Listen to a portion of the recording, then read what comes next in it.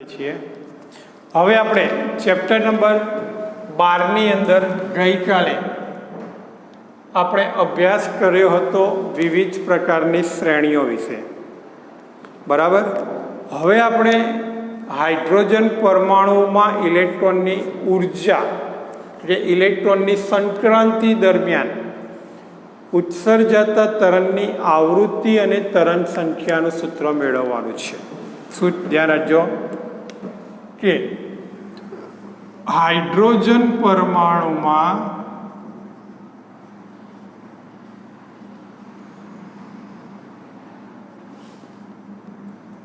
ઇલેક્ટ્રોનની સંક્રાંતિ દરમિયાન ઉત્સર્જિત તરંગની આવૃત્તિ અને તરંગ સંખ્યાનું સૂત્ર તારવો, આવું પરીક્ષાની અંદર પૂછાઈ શકે છે.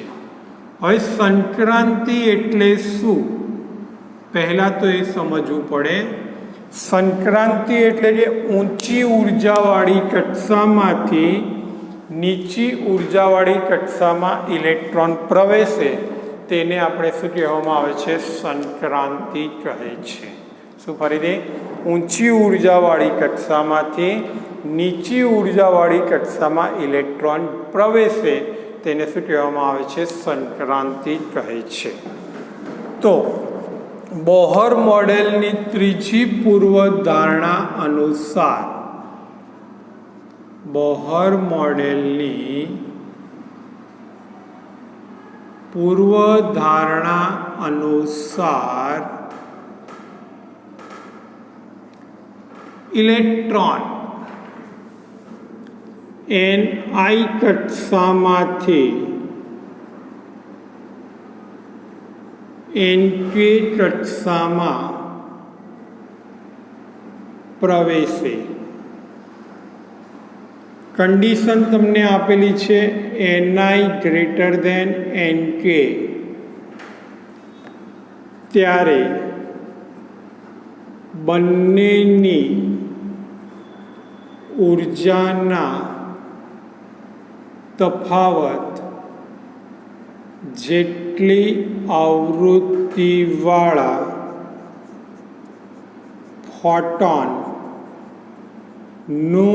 ઉત્સર્જન થાય છે.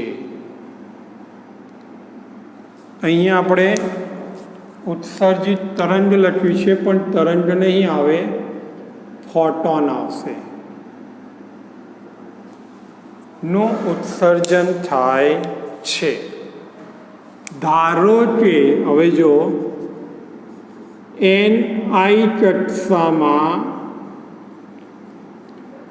ઇલેક્ટ્રોનની ઉર્જા ENI બરાબર, આપણે કુલ ઉર્જાનું સૂત્ર ગયા પિરિયડની અંદર શીખી ગયા હતા કે -μ(8ε0)² આવું આપણે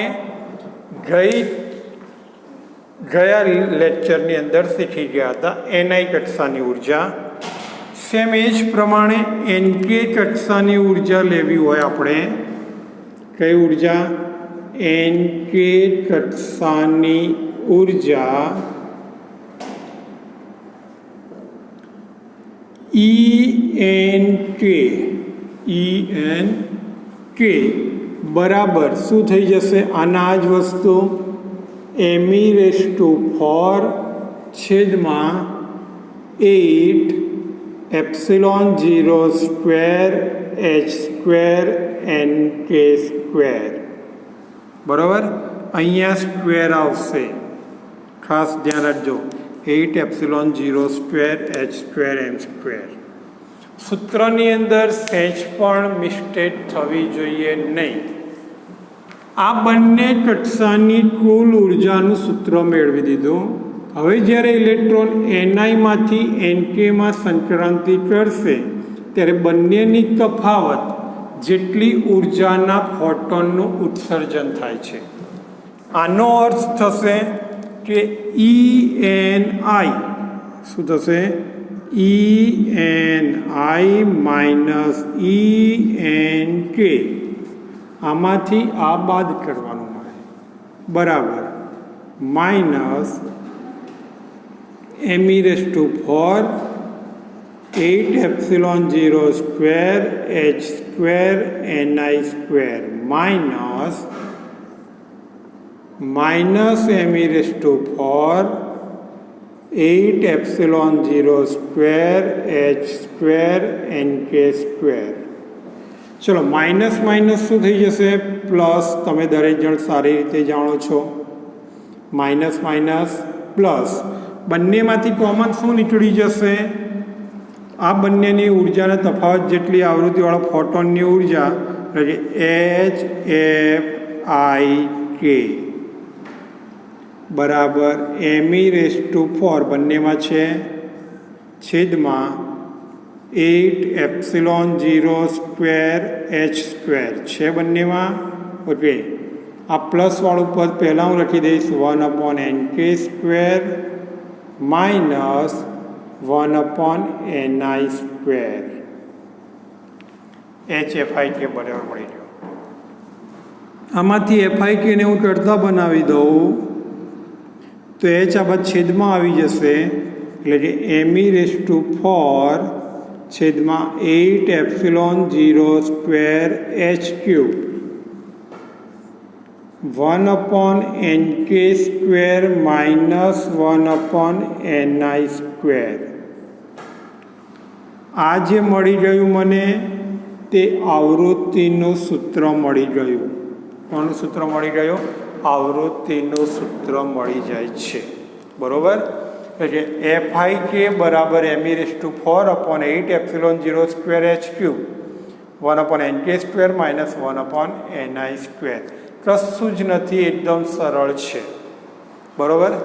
જે વિકિરણની આવૃત્તિ છે એટલે ફોટોનની આવૃત્તિ. હવે આની અંદર જ આપણે જોઈએ બીજું મારે મેળવવાનું છે તરંગ સંખ્યા. હવે 11મા ધોરણની અંદર તરંગ સંખ્યા શીખી ગયા હતા, તમને ખ્યાલ હશે.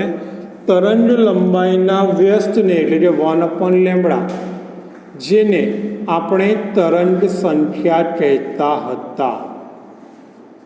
તરંગ લંબાઈના વ્યસ્તને તરંગ સંખ્યા કહે છે.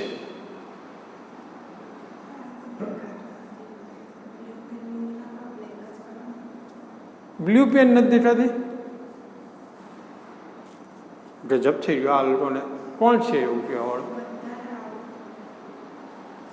કયા મારા વાલીડાઓ આવો છે? સારું, ચલો બ્લુ પેનને હું મૂકી દઉં છું સાઈડમાં. હવે તરંગ સંખ્યા એટલે 1/λ 11મા ધોરણની અંદર આપણે શીખી ગયેલા છીએ. તો પરિણામે હવે આપણે તરંગ સંખ્યા મેળવવી હોય તો કઈ રીતે મેળવવાની? તો FIK આપણે અહીંયા મેળવેલું છે અને તમે દરેક જણ સારી રીતે જાણો જ છો કે શૂન્ય અવકાશમાં પ્રકાશનો વેગ c બરાબર hf આવું સૂત્ર આવતું હતું. શું આવતું? c બરાબર hf આવું સૂત્ર તમે શીખી ગયા છો. hf આવતું હતું ને? હા કે ના? જવાબ આલો ફટાફટ, હા કે ના?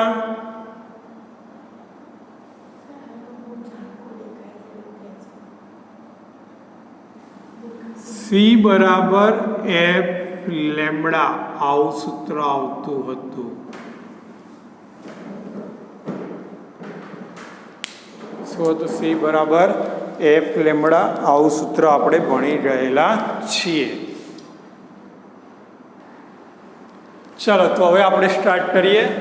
શૂન્ય અવકાશમાં પ્રકાશનો વેગ c બરાબર f⁻ આવું આપણે શીખી ગયા હતા. સી બરાબર એફ લેમડા આઈ અને કે ચટસા માટે લેમડા આઈ કે એફ આઈ કે મેં લખેલું છે. મારે આમાંથી 1 લેમડા લાવવાનું છે. તો 1 લેમડા લાવવા માટે આ લેમડાને મારે હવે છેદમાં લાવી દેવા પડે. ક્યાં લાવી દેવા પડે? છેદમાં. તો માટે શું થઈ જશે? 1 લેમડા આઈ કે બરાબર શું થઈ જશે? એફ આઈ કે છેદમાં સી. એફ આઈ કે છેદમાં શું થઈ જશે? સી થઈ જશે. અથવા તો હું આ જ વસ્તુને એ રીતે પણ લખી શકું કે એફ આઈ કે સી અપોન લેમડા આઈ કે બરાબર એફ આઈ કે. લખાય કે ના લખાય? આ લેમડા આઈ કે ને આ બાજુ છેદમાં લાવી દીધા. રેડી? તો આને હું નંબર 1 આપી દઉં છું. આને હું નંબર 2 આપું છું. 2 ની કિંમત 1 માં મૂકતા. 2 ની કિંમત ક્યાં મૂકતા? 1 માં. તો સમીકરણ 2 ની કિંમત 1 માં મૂકતા.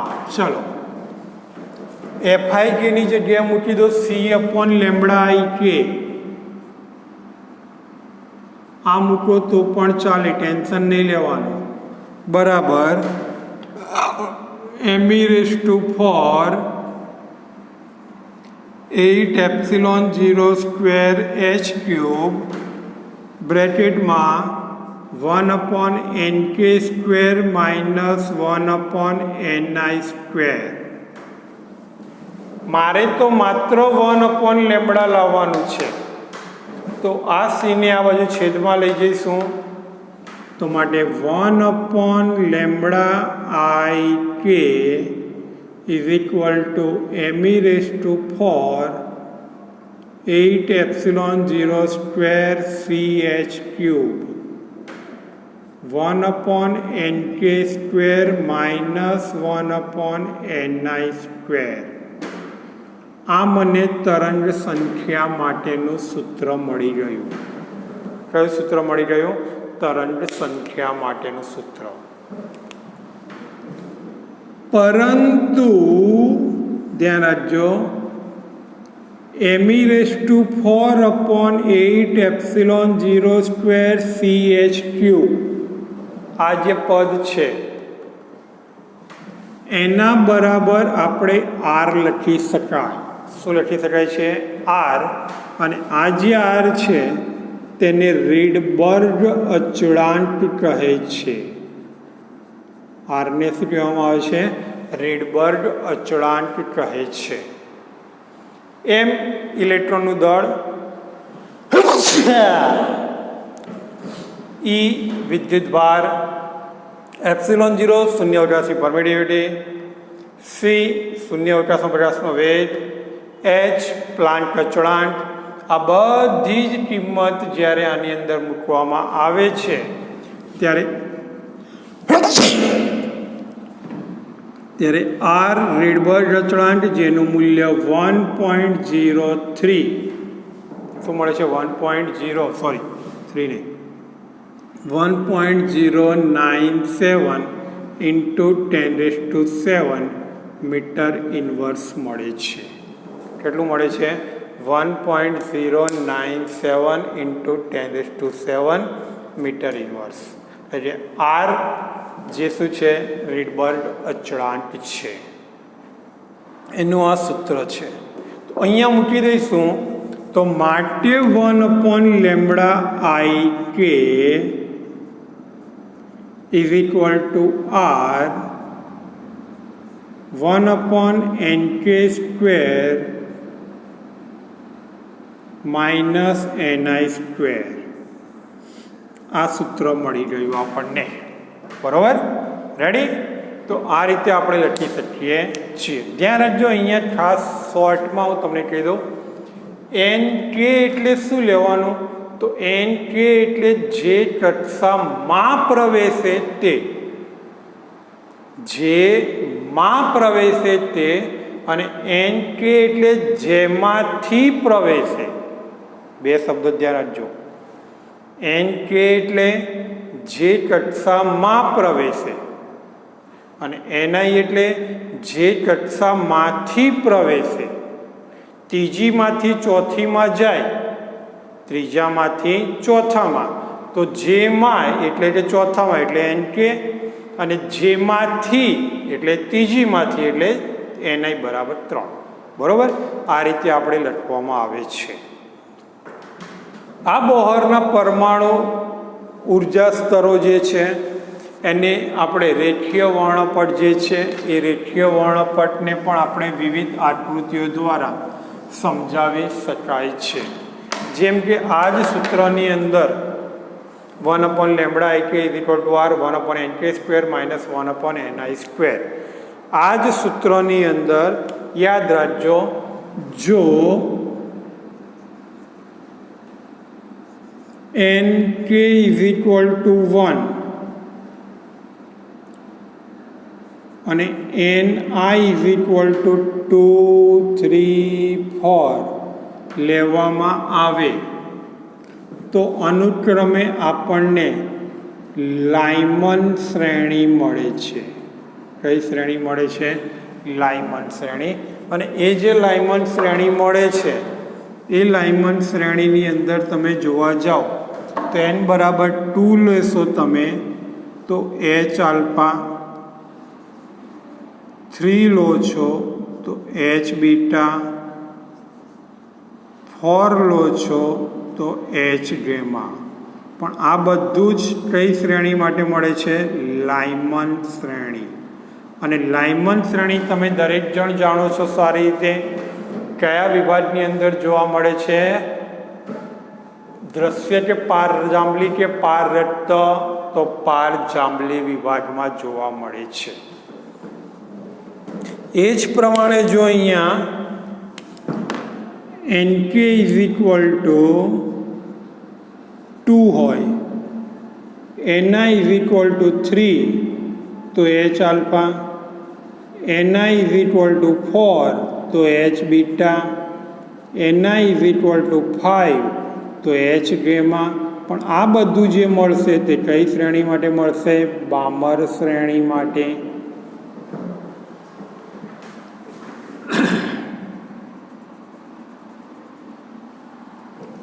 જો nk = 3 હોય અને ni = 4 હોય તો h આલ્ફા, ni = 5 હોય તો h બીટા, આગળ ભણી ગયા છીએ 6 હોય તો h ગેમા. પણ આ બધું જે મળશે તે પાસવન શ્રેણી માટે મળે છે.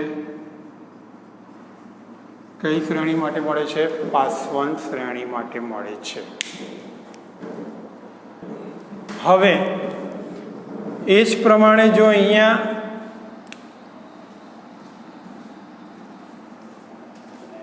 nk, હવે જો અહીંયા nk = એ જ પ્રમાણે 4 લો તો તમને કઈ શ્રેણી મળે? બ્રેકેટ nk = 5 લો તો ફંડ શ્રેણી મળે છે. આ બધી શ્રેણી માટેના ઉર્જા સ્તરો દોરવાના પરીક્ષાની અંદર પૂછાઈ શકે. શું દોરવાના પૂછાય?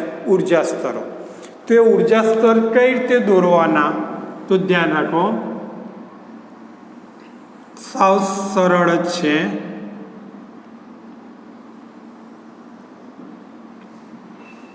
અહીંયા n બરાબર 1, શું લખવાનું છે મારે? n બરાબર 1. પછી અહીંયા થોડા અંતરે n બરાબર 2, એનાથી થોડું ડિસ્ટન્સ રાખીને n બરાબર 3,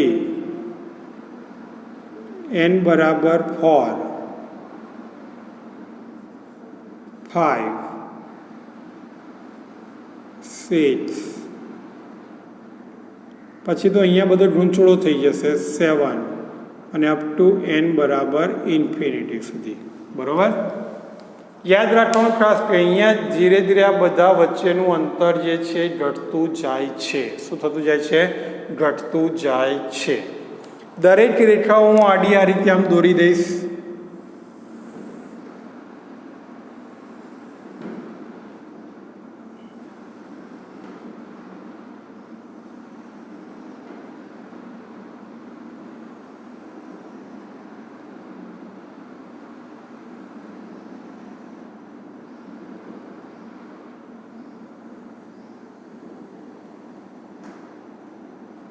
n બરાબર 8,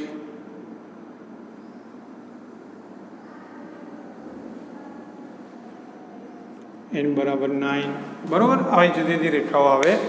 હવે આની અંદર જો n બરાબર 1 એમાંથી 2માં થાય, 1માંથી 2માં, 1માંથી 3માં, 1માંથી 4માં, 1માંથી, બરાબર, આટલે 4 સુધી આપણે લઈએ તો આ જે શ્રેણી મળશે મને કઈ શ્રેણી મળશે?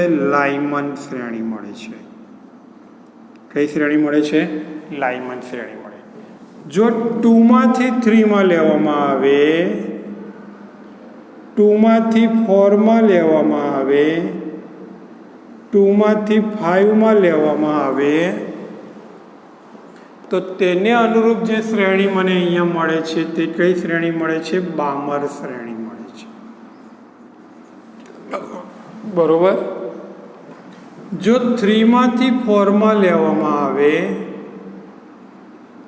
3માંથી 5માં લેવામાં આવે, 3માંથી 6માં લેવામાં આવે તો તેને અનુરૂપ જે શ્રેણી મળે છે મને પાસવંત શ્રેણી મળે છે.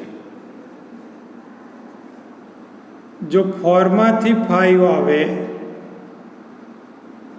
4માંથી 6 આવે, 4માંથી 7 આવે તો તેને અનુરૂપ જે શ્રેણી મળે છે તે બ્રેકેટ શ્રેણી મળે છે. જો 5માંથી 6માં આવે, 5માંથી 7માં હોય, 5માંથી 8માં હોય તો જે મળે છે તે ફંડ શ્રેણી મળે છે. કઈ શ્રેણી મળે છે? ફંડ. આ પ્રકારેના ઉર્જા સ્તરો પણ દર્શાવવા જરૂરી છે. આ જે n બરાબર 1 જે છે એને તમે દરેક જણ જાણો છો એ પ્રમાણે ધરા સ્થિતિ કહેવામાં આવે છે. કઈ સ્થિતિ કહેવામાં આવે છે? ધરા સ્થિતિ. n બરાબર 2 એને તમે દરેક જણ જાણો છો પ્રથમ ઉત્તેજિત અવસ્થા કહીએ છીએ.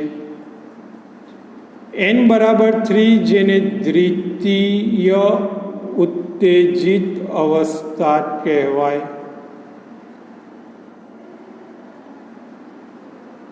આને તૃતીય ઉત્તેજિત અવસ્થા કહેવાય.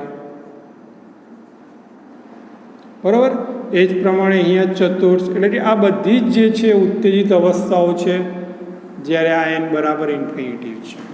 શું છે? n બરાબર ઇન્ફિનિટિવ છે. ખ્યાલ આવી ગયો? તો આ રીતે આપણને જુદા જુદા ઉર્જા સ્તરો પ્રાપ્ત થાય છે. શું પ્રાપ્ત થાય છે? જુદા જુદા ઉર્જા સ્તરો. આને આધારે બે નાની એવી વ્યાખ્યા આવે છે કે ઉત્સર્જન રેખા અને શોષણ રેખા. શું? ઉત્સર્જન રેખા અને શોષણ રેખા કોને કહે છે?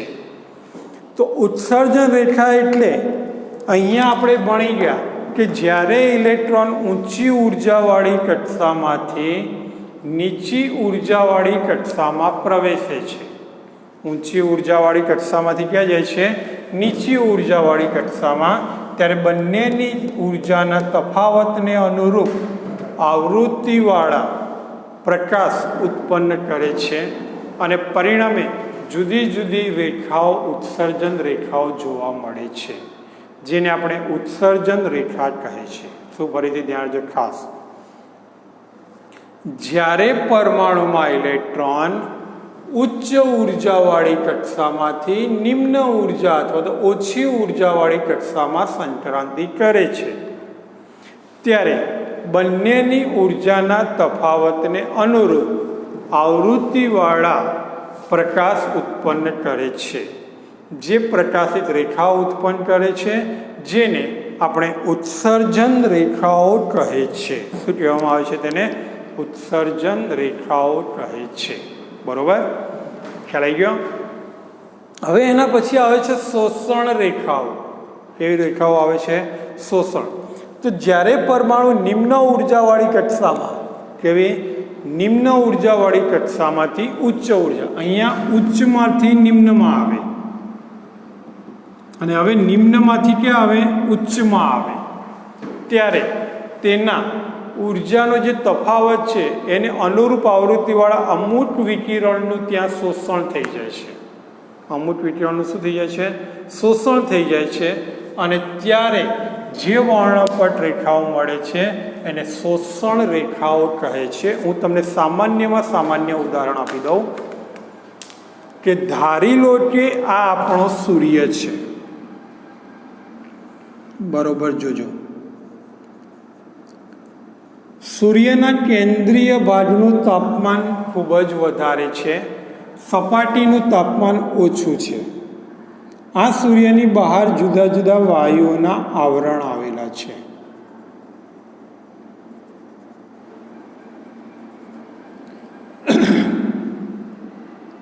સૂર્યના કેન્દ્રીય ભાગમાંથી ઉત્સર્જિત થયેલ વિકિરણ જ્યારે ઉચ્ચ ઉર્જામાંથી નિમ્ન ઉર્જા, કારણ કે કેન્દ્રમાં ઉર્જા વધારે છે, બહારની તરફ ઓછી છે, એટલે ઉચ્ચ ઉર્જામાંથી ક્યાં આવે છે? નિમ્ન ઉર્જાવાળા સ્તરોમાં આવે છે.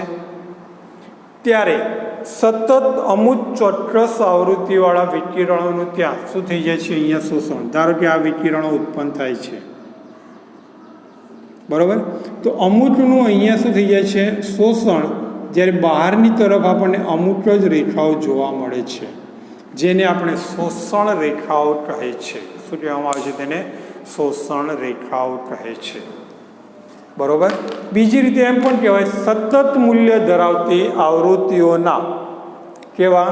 સતત મૂલ્ય ધરાવતી આવૃત્તિઓના ફોટોનને ઓછી ઘનતાવાળા વાયુમાંથી, કારણ કે બહારની તરફ ઘનતા ઓછી હોય વાતાવરણની, વાયુમાંથી પસાર થાય ત્યારે અમુક રેખાઓનું ત્યાં શું થાય છે? શોષણ થાય છે. પરિણામે તેને શોષણ રેખાઓ કહે છે. ફરીથી શોષણ રેખાઓ કોને કહેવાય? સતત મૂલ્ય ધરાવતી, સતત મૂલ્ય ધરાવતી આવૃત્તિઓના ફોટોન ને ઓછી ઘનતાવાળા વાયુમાંથી પસાર કરવામાં આવે ત્યારે તેમાં અમુક રેખાઓ અપ્રકાશિત જોવા મળે, મતલબ કે અહીંયાથી આગળ પ્રકાશ જોવા મળે નહીં, જેને શોષણ રેખાઓ કહે છે. કઈ રેખાઓ કહેવામાં આવે છે? તેને શોષણ રેખાઓ તરીકે ઓળખવામાં આવે છે. તો આ જે હતું તે શોષણ રેખાઓ અને ઉત્સર્જન રેખાઓ વિશે છે. હવે આપણે આની અંદર આગળ વધીએ તો એકાદ દાખલો ચલાવી લઈએ. બરોબર.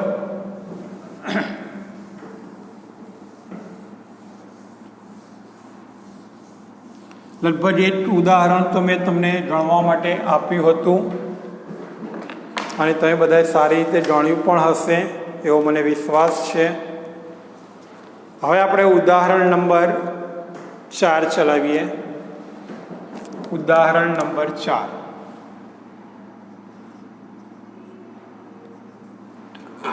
શું કહે છે? હાઇડ્રોજન પરમાણુમાં પ્રોટોનની આસપાસ ભ્રમણ કરતા ઇલેક્ટ્રોન વડે ઉત્સર્જિત પ્રકાશની પ્રારંભિક આવૃત્તિ પ્રચલિત વિદ્યુતચુંબકીય વાદ અનુસાર શોધો. હાઇડ્રોજન પરમાણુની આસપાસ ભ્રમણ કરતા ઇલેક્ટ્રોન વડે ઉત્સર્જિત પ્રકાશની પ્રારંભિક આવૃત્તિ શોધવાની છે. આવૃત્તિ F શોધવાની છે. હવે હાઇડ્રોજન પરમાણુમાં કક્ષીય ત્રિજ્યા અને એનો વેગ આપણે જાણતા હોવા જોઈએ. તો હાઇડ્રોજન પરમાણુ જે છે તે હાઇડ્રોજન પરમાણુની ત્રિજ્યા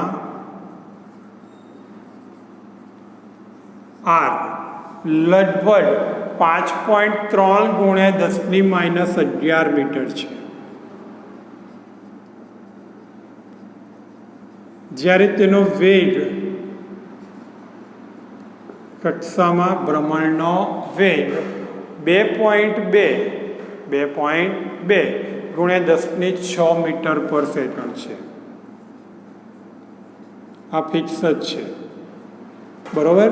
હવે જો આ પરમાણુ છે ન્યુક્લિયસ, આસપાસ કક્ષાની અંદર ઇલેક્ટ્રોન ભ્રમણ કરે છે. કોણ ભ્રમણ કરે છે? ઇલેક્ટ્રોન. તો આ ઇલેક્ટ્રોન એ જ ભ્રમણ પૂર્ણ કરશે ત્યાં સુધીમાં 2πr જેટલું અંતર કાપે, પરિઘ જેટલું, બરાબર. અને એ પરિઘ જેટલું અંતર કાપે તો અને એના માટે લાગતો સમય એટલે આવર્તકાળ જેટલો થાય. તો ઇલેક્ટ્રોને એક ભ્રમણ દરમિયાન કાપેલ અંતર 2πr તથા સમય આવર્તકાળ જેટલો છે. તો પરિણામે વેગ v બરાબર 2πr છેદમાં t. આવું સૂત્ર ભણી ગયા છે આપણે. 1/t એટલે તો આવૃત્તિ f કહેવાય કે નહીં? તો fને ચડતા બનાવવાનો, આપણે આવૃત્તિ શોધવાની છે. તો v/2πr આવશે. v આપણને આપેલો છે 2.2 × 10⁶, 2 3.14. r આપણને આપેલો છે 5.3 × 10⁻11. ચલો આ બધાની ગણતરી કરો ફટાફટ. શું જવાબ આવે છે? આ તો ઉપર જશે એટલે માઇનસ થઈ જશે, એટલે 11 ને 6 17. ચલો આની ગણતરી કરો ફટાફટ. કેટલો જવાબ આવે છે?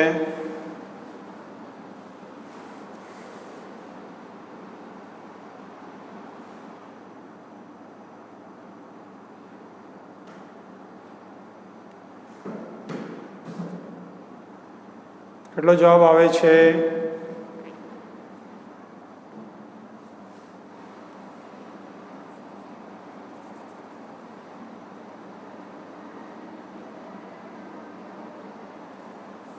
લગભગ 6.609 જેવો આવશે. 0.669 આવશે. કેટલો આવશે? 0.069 જેવો જવાબ આવશે.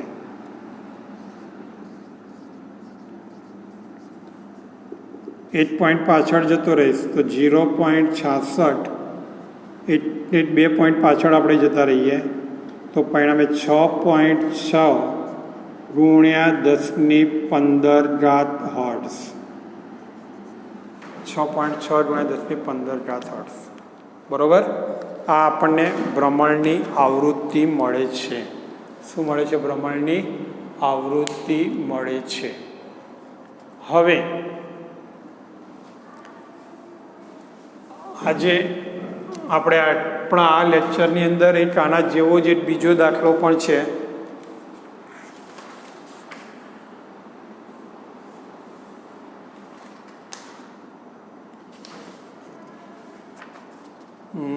ક્યાં ગયો?